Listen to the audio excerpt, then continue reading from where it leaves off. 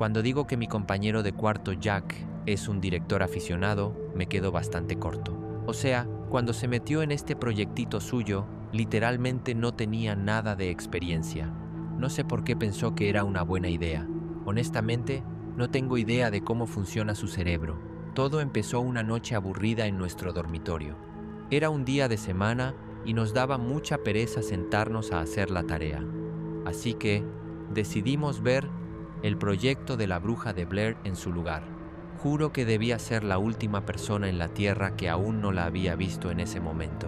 Parece que le encantó, porque después no paraba de hablar de ella, principalmente sobre el hecho de que él probablemente podría grabar algo similar y hacerse viral.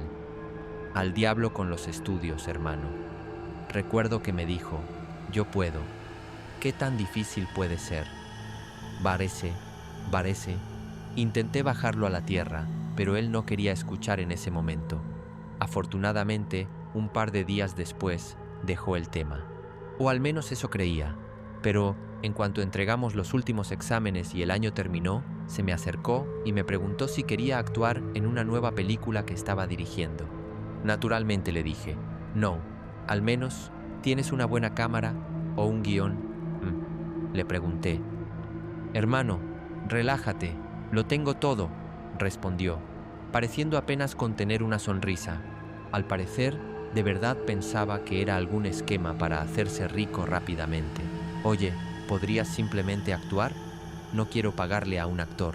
Literalmente ya le pregunté a todos los que conozco, pero todavía me falta un personaje. No sé qué me ofendió más, que esperara que lo hiciera gratis o que yo fuera uno de los últimos a los que les preguntó.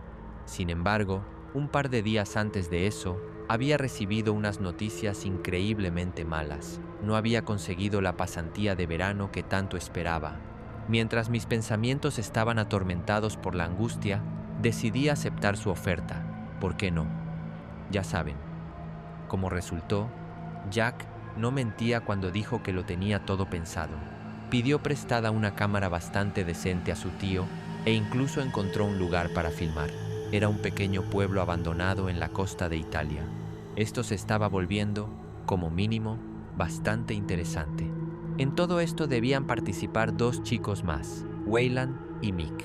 Yo ya los conocía a ambos, pero Jack los conocía mejor. Logró conseguirnos boletos de avión a través de su novia.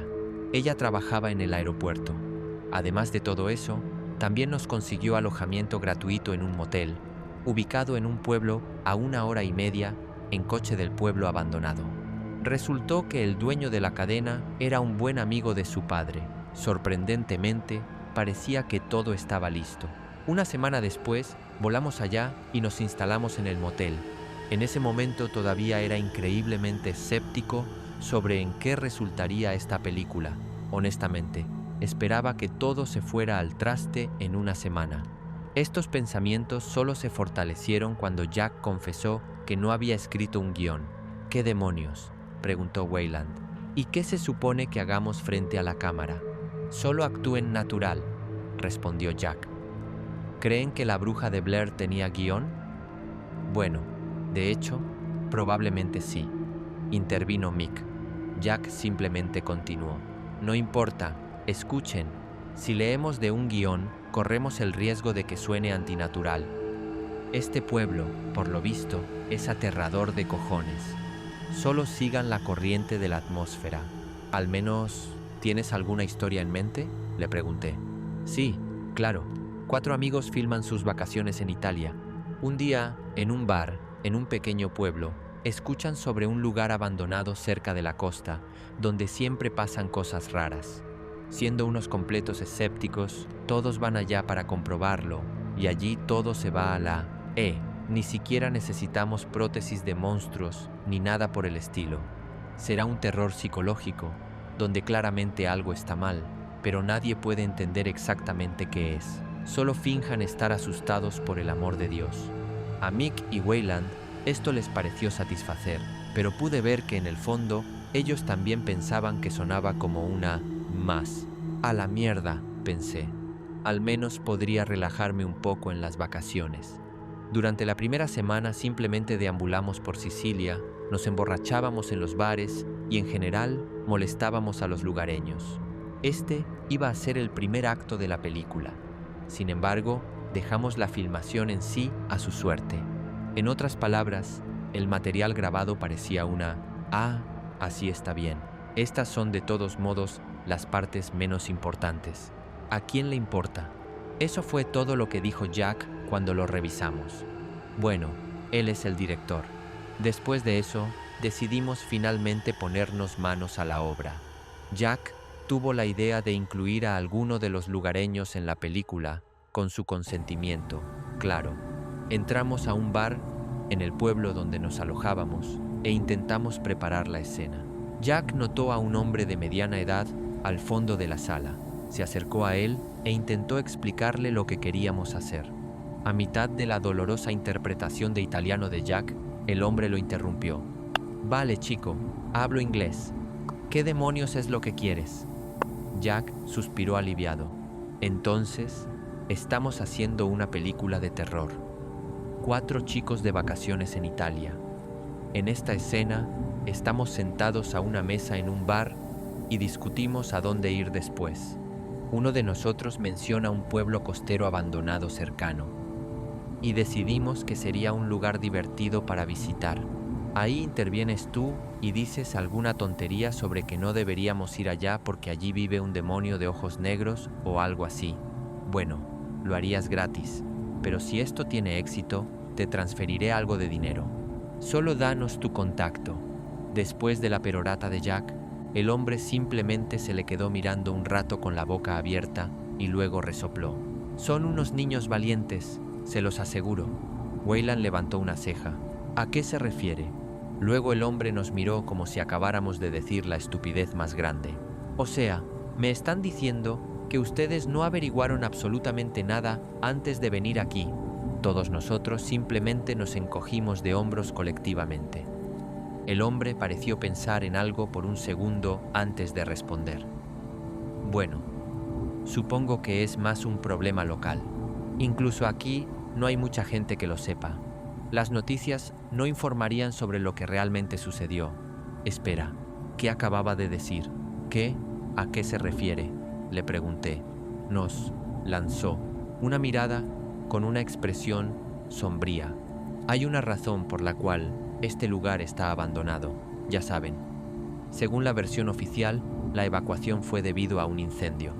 Sin embargo, en realidad, solo se quemaron 2 casas. No, todos se fueron por culpa de lo que causó ese incendio, pero no fue una estufa ni un pirómano. Fue algo que ustedes, chicos, no están preparados para entender, y les aconsejaría que se mantengan muy, pero muy lejos de ahí». Como el hombre se volvió hacia la barra y comenzó a sorber su cerveza de nuevo. Simplemente nos quedamos en un shock colectivo. Unos momentos después, Jack volvió a hablar. «Amigo, eso fue increíble. ¿Podrías repetirlo, por favor, pero esta vez a la cámara?» El tipo se dio la vuelta. «Chico, ¿eres estúpido o qué?». Tiró unos billetes en la barra y se levantó. «Esta nueva generación, ¿acaso no escuchan? No es. Sí, por eso las noticias están llenas de historias sobre tipos como ustedes que se metieron en problemas. Solo sigan mi consejo». Y así se fue.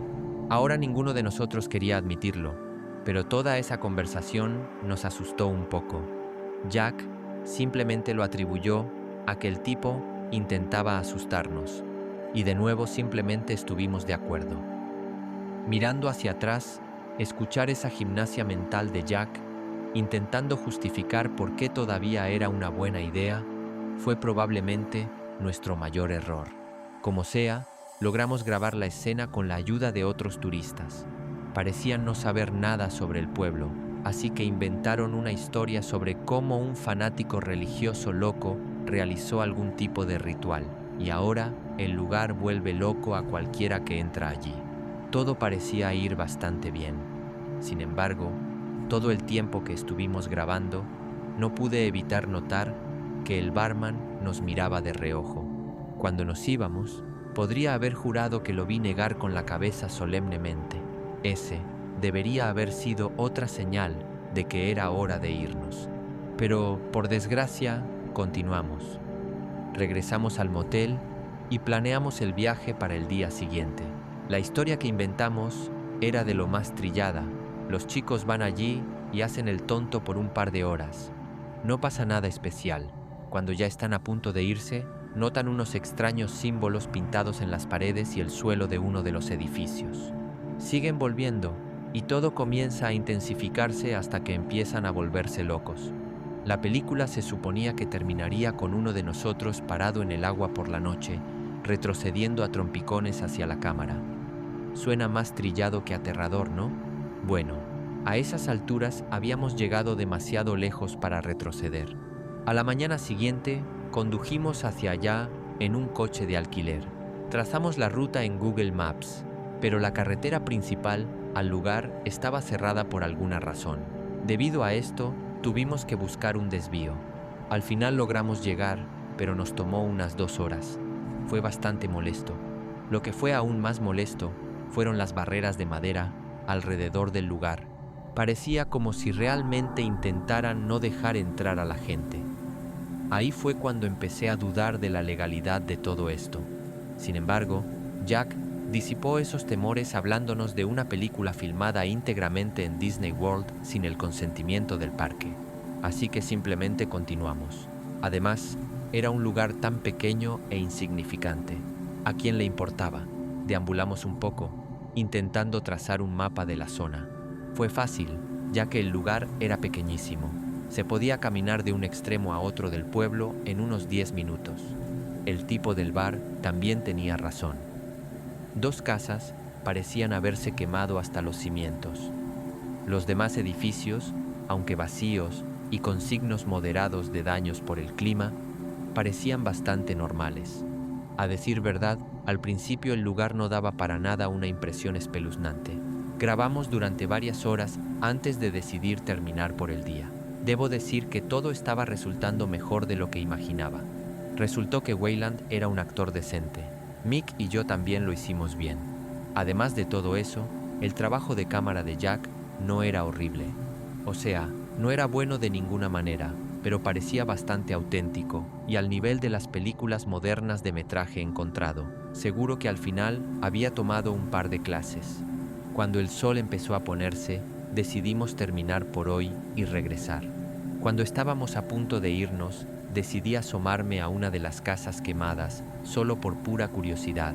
Mientras deambulaba por la estructura ennegrecida y semiderruida, al principio no me llamó la atención nada en particular hasta que miré al suelo. Había huellas. Al principio pensé que debían haber quedado en el polvo, lo que me preocupó. O sea, aquí no podría haber habido nadie más. Sin embargo, al mirar de cerca, me di cuenta de algo mucho más extraño. Las huellas parecían estar hundidas en el suelo, como si alguien hubiera tomado un gran peso en forma de suela de zapato y lo hubiera presionado contra las tablas.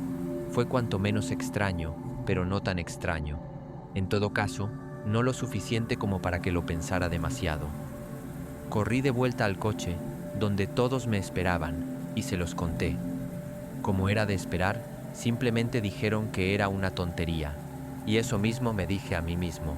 En los días siguientes tampoco ocurrió nada fuera de lo común. Para ese momento incluso habíamos grabado unos 45 minutos de metraje decente. Solo después de una semana de rodaje me di cuenta de que algo andaba mal con ese lugar. La sensación de que algo no estaba bien había ido creciendo sutilmente desde que llegamos allí. Pero o nadie más lo notaba, o nadie quería admitirlo. Estaba revisando las imágenes que habíamos grabado hacía unos días. En ellas el sol apenas empezaba a ponerse. El caso es que noté algo a lo lejos de la orilla en el agua. Al principio pareció solo un chapoteo, pero era grande. ¿Qué demonios podría haberlo causado? Por curiosidad volví a ver la grabación y me fijé con más atención. Ahora bien, el fondo estaba bastante borroso y el chapoteo estaba en el encuadre solo unos segundos, pero podría haber jurado que había algo detrás de él, casi como una figura oscura, una persona. ¡Qué tontería!, pensé. No tenía ningún sentido. Aunque intenté racionalizarlo, diciéndome a mí mismo que era un juego de luces, o mi rica imaginación, o algo así, de todos modos no podía dejar de pensar en ello. Pensé en contárselo a los demás, pero sabía que no le darían importancia, especialmente Jack. Él parecía haberse tomado todo esto mucho más en serio. Mis sospechas se confirmaron cuando cayó la noche. Estábamos a punto de irnos cuando nos detuvo. Escuchen, tengo una idea. Quedémonos aquí a pasar la noche. Traje sacos de dormir y algo de comida. Vete a la mierda, respondió Mick. ¿Por qué querría dormir en este lugar polvoriento? Después de ver esas imágenes, compartía su sentimiento. No quería hacerlo para nada. Jack continuó. Escuchen, ¿qué hace que una película sea tensa? El conflicto, ¿verdad? Hasta ahora no hemos tenido ninguno. Encontramos unos símbolos espeluznantes. Escuchamos algunos sonidos. Pero eso es todo. Imagínense, en esta escena el coche se nos estropea. Intentamos arrancarlo, pero simplemente no avanza. Y empezamos a discutir entre nosotros. Oh, es tu culpa, es su culpa. Ese tipo de cosas, ¿entienden? Al final, nos vemos obligados a pasar la noche aquí, en una de las casas. Y luego, en medio de la noche, nos despertamos por unos sonidos extraños afuera, miramos por las ventanas y vemos una figura acechando detrás de los arbustos o algo así. Díganme que no suena malditamente genial. Aunque no sonaba como nada original, era exactamente lo que la película necesitaba. Los demás discutieron un poco más antes de llegar finalmente a un acuerdo. Yo también acepté a regañadientes. Sin embargo, no estaba nada entusiasmado con esta noche. Nos trasladamos a una de las casas y extendimos allí los sacos de dormir. Jack quería que durmiéramos solo unas horas antes de empezar a grabar la escena nocturna. Autenticidad, explicó. Cuanto más cansados estén, más real se verá. En ese momento tuve que darle crédito. El tipo estaba dedicado a la causa. Alrededor de medianoche nos despertó. Ya estaba grabando. El plan consistía en que Mick saliera antes y empezara a emitir sonidos profundos, gemidos. Él también tenía que ser la figura que se escondía detrás del arbusto. Planeábamos grabar y montar más tarde la escena donde los cuatro estamos observando desde la casa. Adormilado, me levanté y seguí el juego. ¿Qué está pasando?, murmuré. Jack adoptó una voz asustada. Chicos, ¿no han escuchado esa...? Escuchen. Mientras Wayland y yo aguzábamos el oído, él nos grababa. Como era de esperar, escuchamos los gemidos de Mick afuera. ¿Qué demonios es eso?, respondió Wayland, haciendo intencionadamente que su voz temblara al final de la frase. ¿Quién sabe?, respondió Jack. Suena como si viniera de algún lugar de la orilla. Tomó la cámara y empezó a grabar por la ventana. Creo que veo algo en los arbustos. Se quedó callado por un segundo.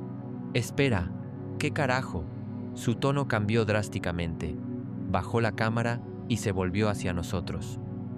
Chicos, ¿qué carajo es eso en el agua? Su voz en ese momento estaba completamente sobria. No se parecía en nada a la actuación. Además de todo eso, su rostro se quedó completamente pálido. Confundido, simplemente seguí actuando. ¿A qué te refieres? ¿Qué había en los arbustos? Hablo en serio, me interrumpió. Miren el mar. Con una sensación de terror apoderándose de mi mente, Wayland y yo hicimos lo que dijo. Sin embargo, yo no podía ver nada.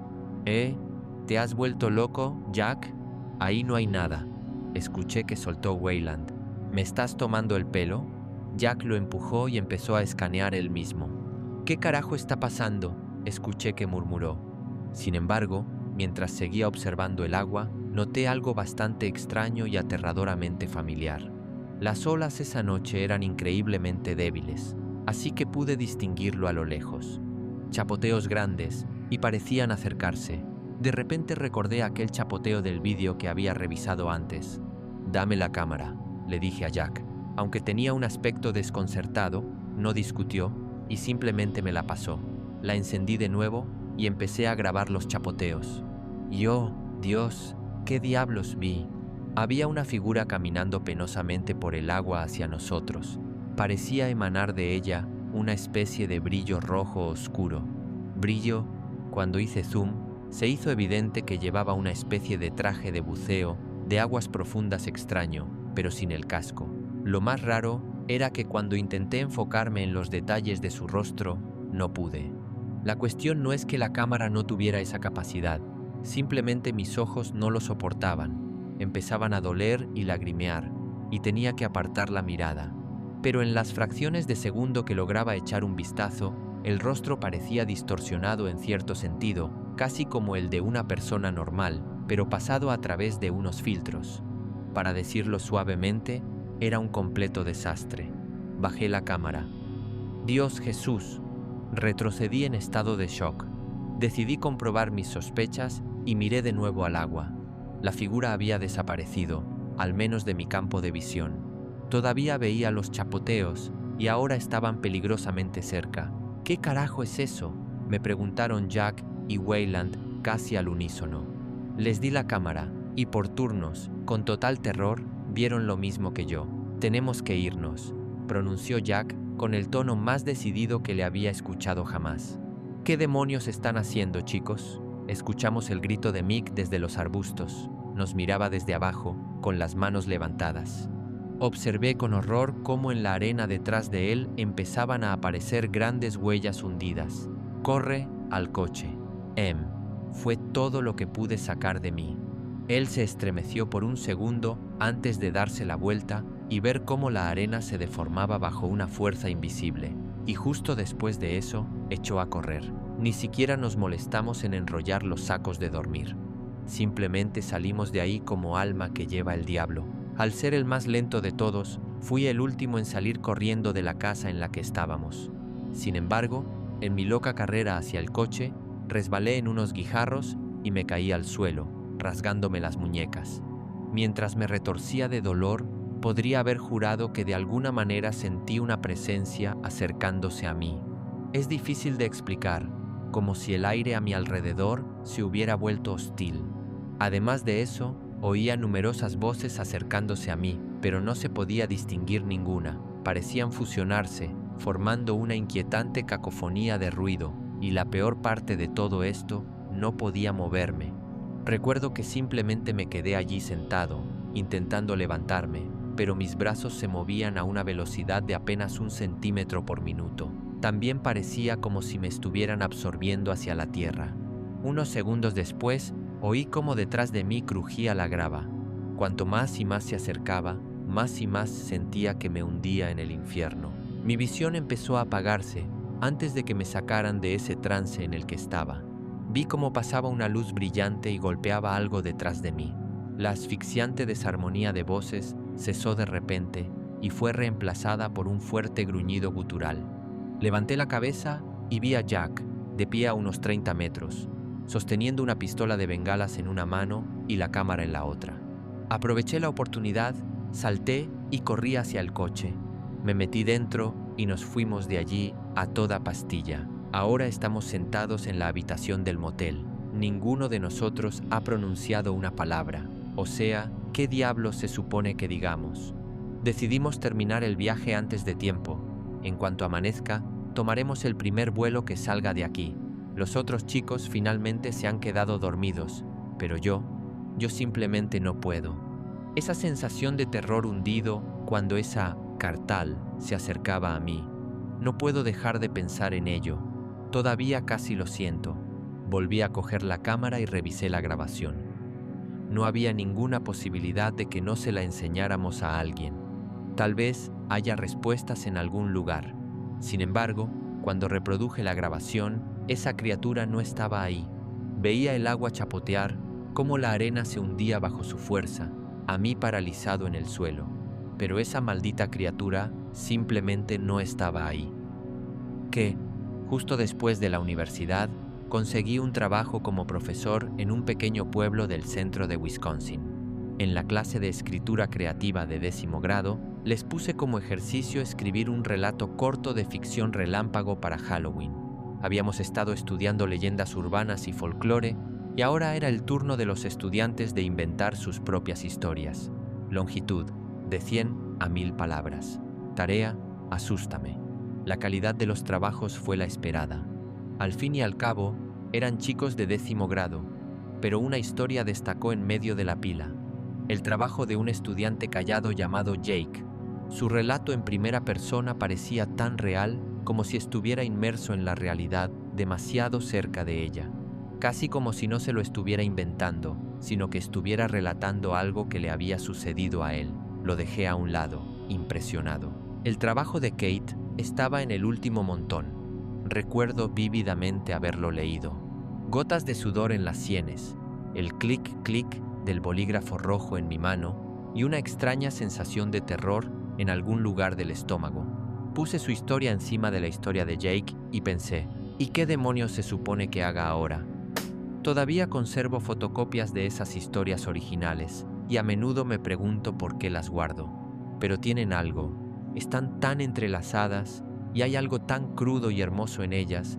Tengo una gran debilidad por los trabajos estudiantiles interesantes y sería una pena dejar que la llama de estas historias se apague.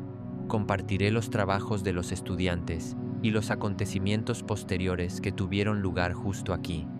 A mí también me gustan las buenas historias. El relato corto de Jake. Mis padres metieron a la abuela Rosie en un asilo cuando, según ellos, empezó a perder contacto con la realidad. Aún así, me pareció cruel, pero ella parecía contenta. Lo suficientemente contenta, supongo. Recuerdo cuando iba a visitarla. Tenía una vieja mecedora de madera que estaba de cara a la ventana. Afuera no había nada más que campos verdes y llanos. El verde se desvanecía con el tiempo, y cuando nevaba, alfombras blancas se extendían por kilómetros. No sé qué estación le gustaba más a la abuela Rosie. No hablaba mucho. Principalmente escuchaba su radio y siempre la misma emisora, 89.1. Pero en la 89.1 nunca había señal, siempre solo estática. La abuela Rosie escuchaba esa estática todo el día. Parecía estar esperando el final de su vida. Era imposible comunicarse con ella. Un día llegué para dejarle una caja de bombones. La abuela Rosie se mecía lentamente en su silla con unos auriculares grandes, mirando por la ventana cómo nevaba. No estaba seguro de si sabía que yo estaba allí. Me acerqué y puse los bombones en una mesita, y de repente su mano se disparó y me agarró la muñeca. «Shh», susurró. «Escucha».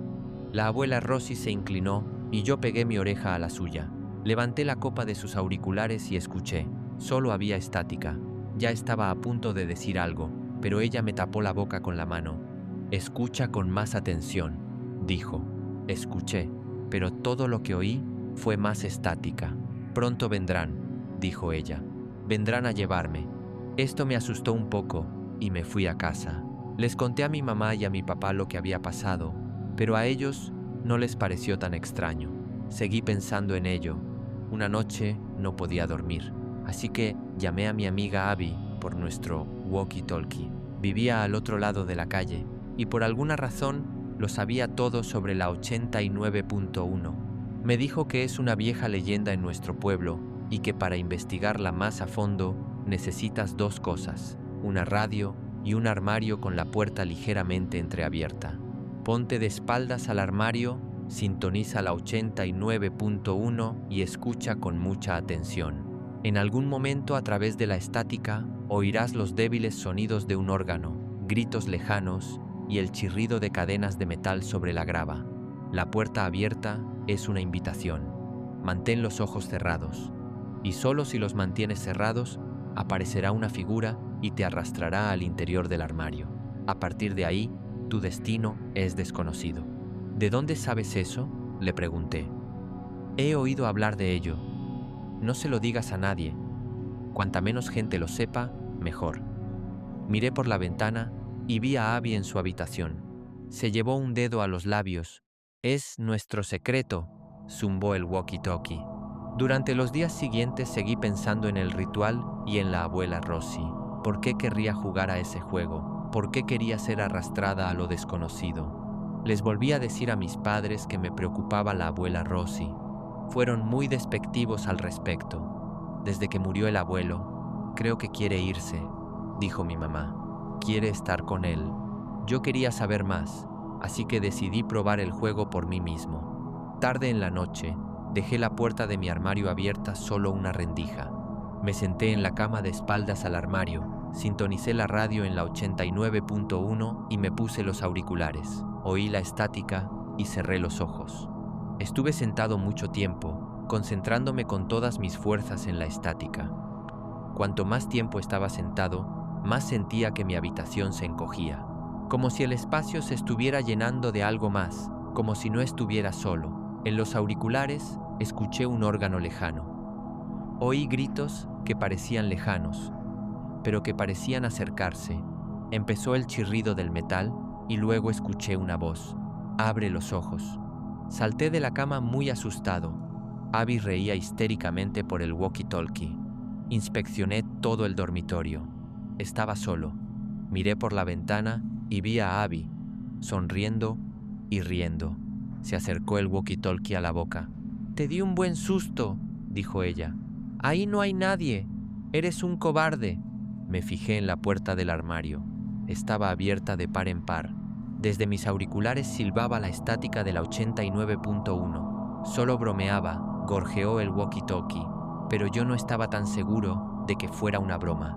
La abuela Rosie murió 2 semanas después mientras dormía.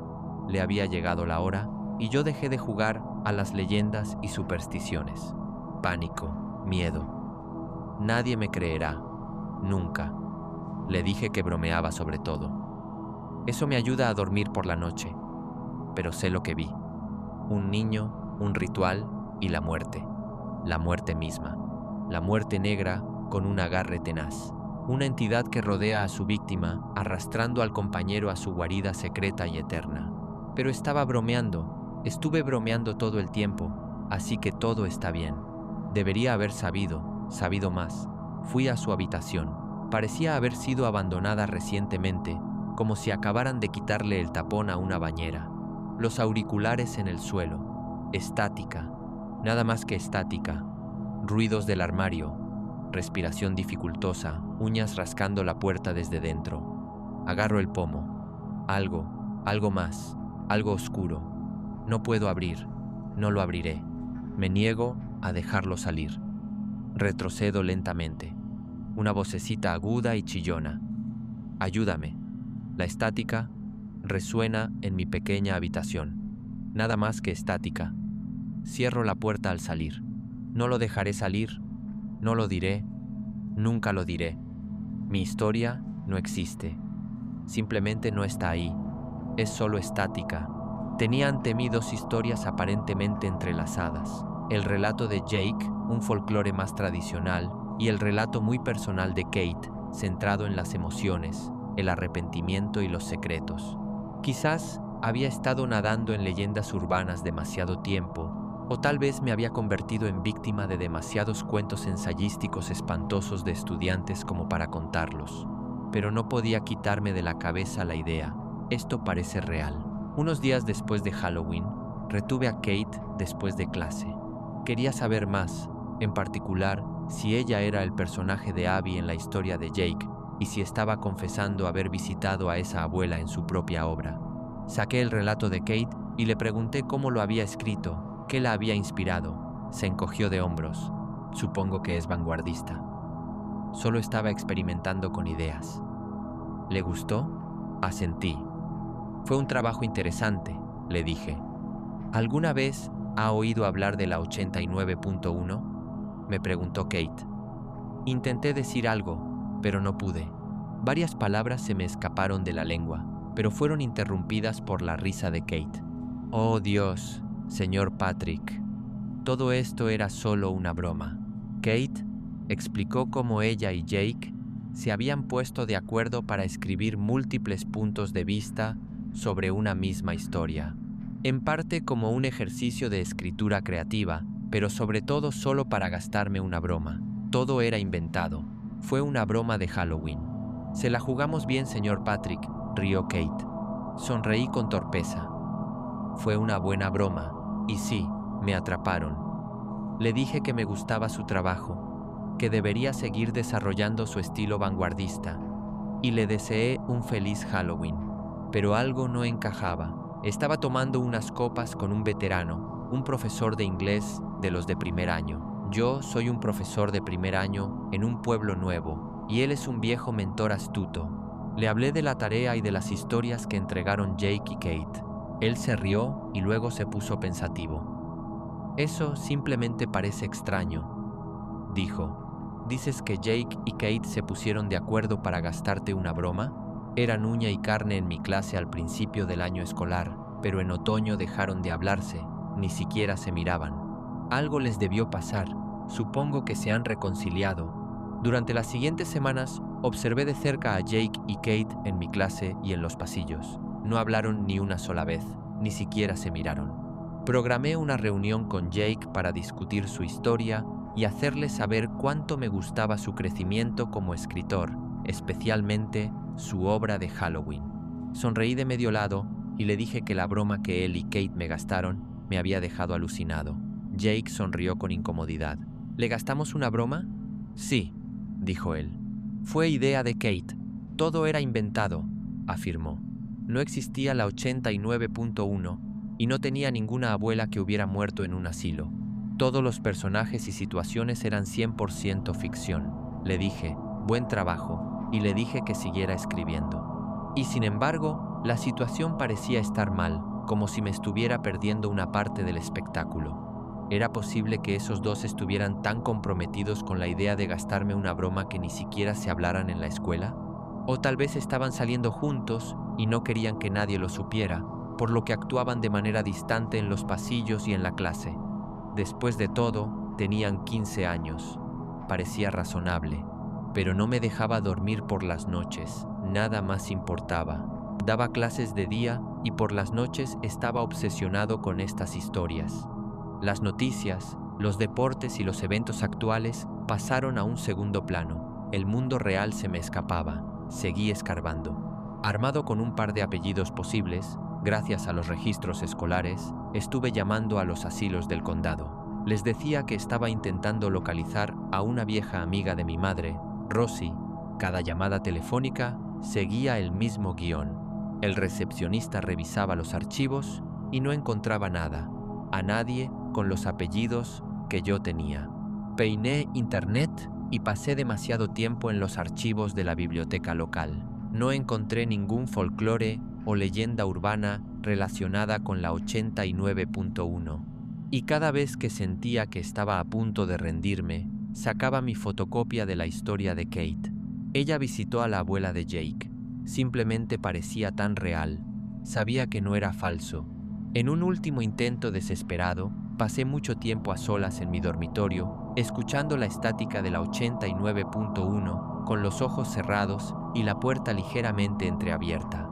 Escuchaba la estática profunda e intensamente, intentando distinguir el repique del órgano, los gritos agudos y agónicos a lo lejos y el tintineo de las cadenas de metal. A veces me parecía oírlo y solo necesitaba concentrarme un poco más y sentía algo en el dormitorio, listo para escabullirse de mi armario, una niebla oscura, esperando para arrastrarme. Quería que viniera, porque quería que la historia fuera real, pero no vino. Un día en la escuela vi a Jake y Kate sonriendo y riendo junto a la taquilla de Jake. Pasé junto a ellos y Kate me guiñó un ojo. Ese fue el momento decisivo. Por fin acepté la idea de que me habían gastado una broma. Todo había terminado. Dejé de buscar la 89.1. Volví a beber con mi compañero, esta vez mucho, y en mi estupor ebrio le conté todo lo que había estado haciendo. Consideró que mi investigación era ridícula y, en última instancia, peligrosa. «Te gustan demasiado las historias», dijo. «Si no te conociera mejor, diría que casi estás intentando escribir la tuya propia. Simplemente déjalo ir». Saqué las fotocopias de las historias del bolsillo trasero y las golpeé contra la barra, salpicándolas de cerveza. Mi colega tomó la historia de Jake y le echó un vistazo por primera vez. Sus ojos recorrieron la página y se congelaron. «Espera», dijo. «¿Nunca me hablaste de Abby?» Me encogí de hombros. «Abby es Kate», le dije. Todo era parte del juego. «Interesante», pensó en voz alta. Me lo expuso todo. Abby. Hace un año, unos 10 meses, antes de que me mudara a la ciudad, desapareció una alumna de 8º grado llamada Abby. Parecía que simplemente se había evaporado. Un minuto estaba sola en su habitación y al siguiente había desaparecido. Algunos sospecharon que se había escapado, pero no había pistas. ni signos de violencia, ni familiares o vecinos sospechosos u oscuros. Simplemente desapareció. Volví a releer el trabajo de Kate. Se me encogió el corazón. Todo este tiempo supuse que hablaba de su visita a la abuela, pero tal vez estaba equivocado. Tal vez los chillidos de súplica que salían del armario pertenecían a Abby. Kate nunca especificó a quién estaba visitando ni dónde estaba. Volví a leer esa historia vanguardista una vez más, analizando cada palabra solo para estar seguro, y en ese momento todo cambió. Hablé con la administración de la escuela. Se pusieron en contacto con las autoridades y la policía interrogó a Jake y a Kate. No llegó a nada. No importaba que Abby viviera al otro lado de la calle de Jake. No importaba que tuviéramos las palabras en papel. Eran solo historias, dijeron los niños. Solo historias. Pura ficción. Jake no tenía ninguna abuela en un asilo de ancianos de todos modos. Se disculparon si habían asustado a alguien. Al fin y al cabo, eran historias de miedo de Halloween y además bastante ambiguas. Jake incluso se disculpó entre lágrimas por haber llamado a un personaje de ficción con el nombre de la niña desaparecida. No se le había ocurrido. Y ahora yo me había convertido en el monstruo que arrastró a 2 niños inocentes a esta pesadilla. El personal me boicoteó y la ciudad me crucificó. Estaba acabado. Poco después, dejé la enseñanza. Salí de la escuela llevando mi pequeña caja con mis cosas, y Kate me sonrió con cara de sábelotodo a través de la ventana del primer piso. No la he vuelto a ver desde entonces. No me llevé muchas cosas, pero me llevé las fotocopias de las historias. De vez en cuando las saco y vuelvo a revivir el pasado. A veces, a altas horas de la noche, se me enciende algo por dentro y siento el ardiente deseo de volver a ese pequeño pueblo de Wisconsin. Tal vez la abuela Rosie era una tía abuela a la que la familia de Jake llamaba abuela, o tal vez era una anciana amiga de la familia. Tal vez me perdí algo sobre la chica desaparecida, sobre la 89.1, sobre las intenciones de Kate. Tal vez podría intentar el ritual unas cuantas veces más, solo para ver qué pasa. O tal vez todo esto sean simples patrañas. Pasó hace 10 años y yo probablemente sea el único que piensa que hay un ápice de verdad en estas historias. Estaría perdiendo el tiempo, pero esto todavía no me deja dormir por las noches. La remota posibilidad de que todo sea verdad. Y a menudo no reflexiono tanto sobre lo que realmente les pasó a Abby y a la abuela en esta historia, sino sobre esto. Si es verdad, ¿por qué los niños lo escribieron todo de esa manera? No tengo una buena respuesta y nunca la tendré. Supongo que, al igual que yo, simplemente les encantan las buenas historias.